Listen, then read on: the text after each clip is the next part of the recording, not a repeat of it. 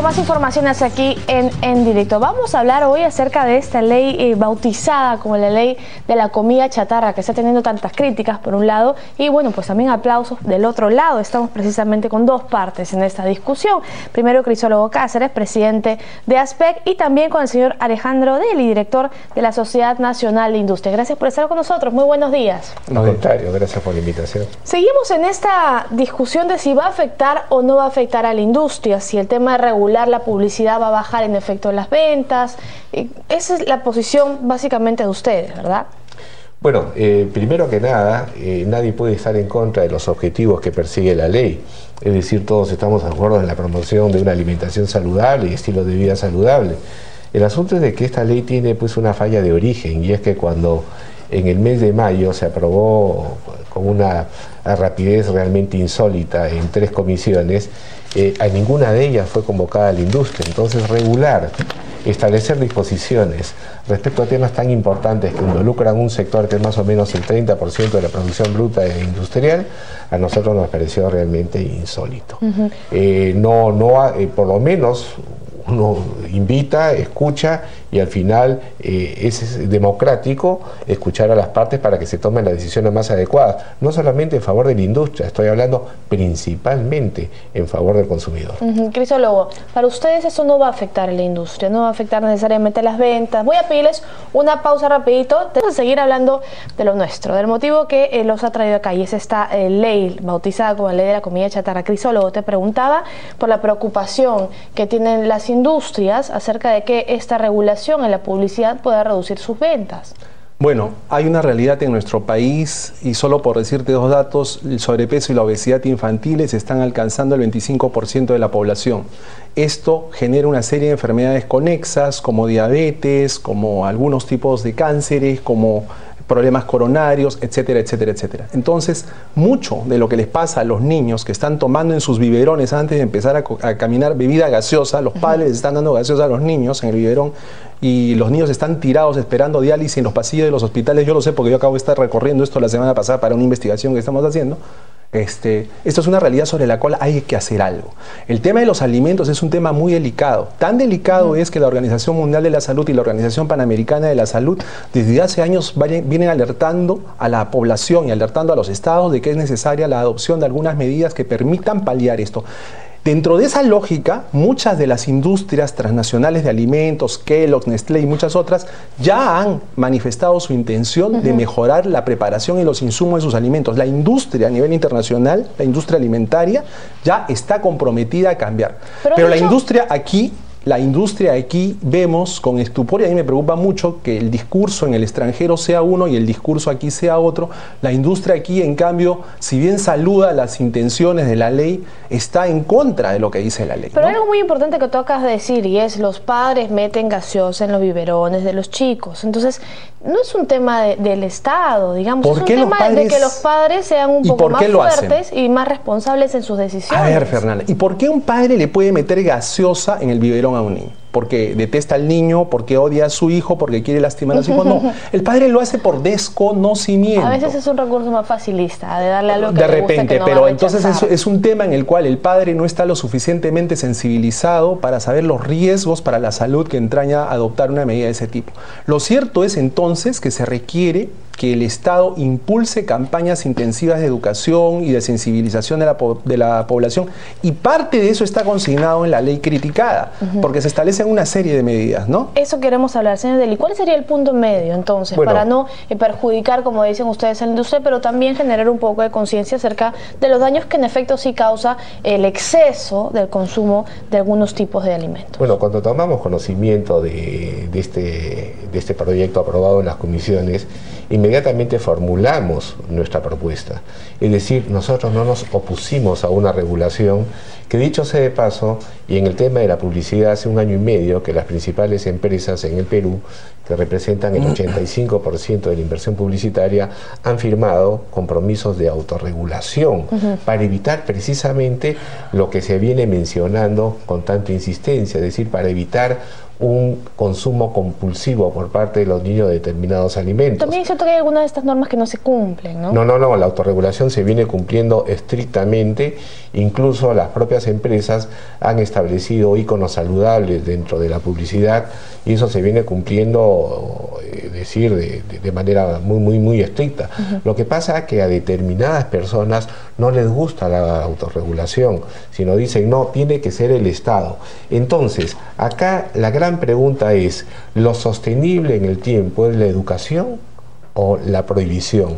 Que dicho sea de paso, a lo largo del debate que duró 6 horas y media o 7 horas, el principal promotor de la iniciativa dijo en varias oportunidades, acá no se están estableciendo prohibiciones, solamente regulaciones, pero cuando ve uno la ley y cuando mira que en el caso de los locales escolares se van a vender exclusivamente productos saludables que determine el Ministerio de Salud y uno ve en la televisión lo que estamos observando, la alternativa es que se le brinde, que se le ofrezca a los alumnos productos alimenticios sin ningún registro de DIGESA y exponiéndolos a contraer enfermedades infecciosas. Hay otro tema, ¿no? Porque lo que pasa con esta ley es lo que pasa con muchas otras leyes, que las intenciones son buenas, digamos, en cuanto al fondo, sí, pues podría ser beneficioso, pero no se especifica cómo van a ser las reglas del juego. Por ejemplo, ¿qué es exactamente comida chatarra? Bueno, la ley no habla de comida chatarra, repito, y en la parte introductoria de la misma se consignan una serie de definiciones sobre lo que se debe entender por cada uno de estos conceptos involucrados.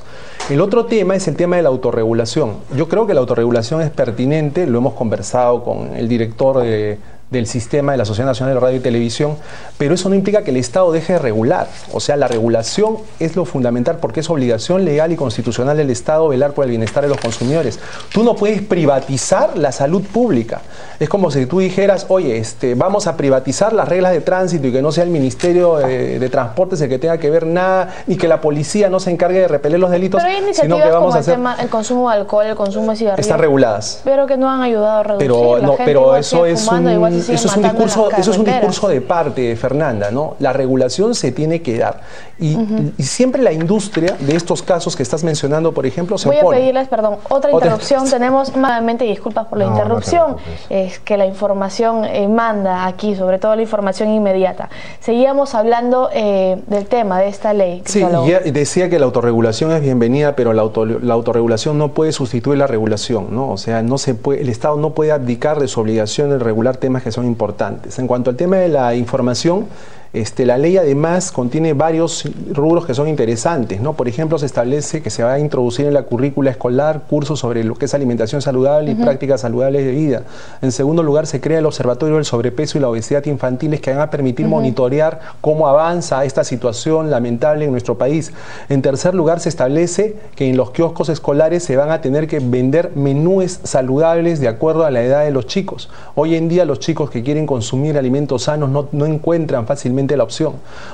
Otro tema que se señala claramente se refirió a la publicidad. En el artículo 8 de la ley, en el inciso A, había una disposición que mortificaba mucho a la Sociedad Nacional de Radio y Televisión, y es que aparentemente se podía entender la lectura de la norma que estaba prohibiéndose toda la publicidad referida a este tipo de alimentos. Se ha hecho una precisión en el Congreso y se ha establecido que no se puede no se puede promover el consumo inmoderado de alimentos, con lo cual me parece que es una sesión interesante por parte del legislador en favor de que la ley sea más viable. Y debemos entender que no es la primera vez que lo hace. Ya la ley ha venido siguiendo una serie de modificaciones anteriormente, precisamente porque el rubro empresarial les ha estado diciendo, este asunto no me parece que es lo suficientemente claro. Por ejemplo, el horario de protección al menor, porque en la versión original de la ley se decía de que no se iba a poder difundir publicidad en la franja entre 6 de la mañana y 10 de la noche. Eso también se sacó. Entonces, el sector empresarial sí ha estado siendo escuchado por parte del legislador en reiteradas oportunidades. Quería consultar, ¿hasta ahí estamos de acuerdo o todavía hay más cosas que necesitan? Yo diría lo siguiente, ¿no? Si bien se ha hecho una precisión y una aclaración, subsisten grandes problemas dentro de la norma, y que dicho sea de paso, que no se diga que es el sector de las empresas el que formuló observaciones o recomendaciones. Cuando se aprueba el dictamen, 3 ministerios, por lo menos, Economía y Finanzas, el MINCETUR y el Ministerio de la Producción, señalaron y alertaron, esta ley no puede ir como está porque violenta convenios internacionales firmados por el Perú. Pero eso indica que el Ejecutivo la va a observar, ¿no? Bueno, nosotros hemos enviado una comunicación al Poder Ejecutivo a través de la Presidencia del Consejo de Ministros solicitando que se observe, pero no que se observe para que se archive, sino para que se introduzcan las modificaciones para que esta ley sea viable. Por eso le pregunto, ¿qué más se tendría que modificar? Por ejemplo, hay dos cosas que no estaban en el proyecto original y que han terminado en esta última versión.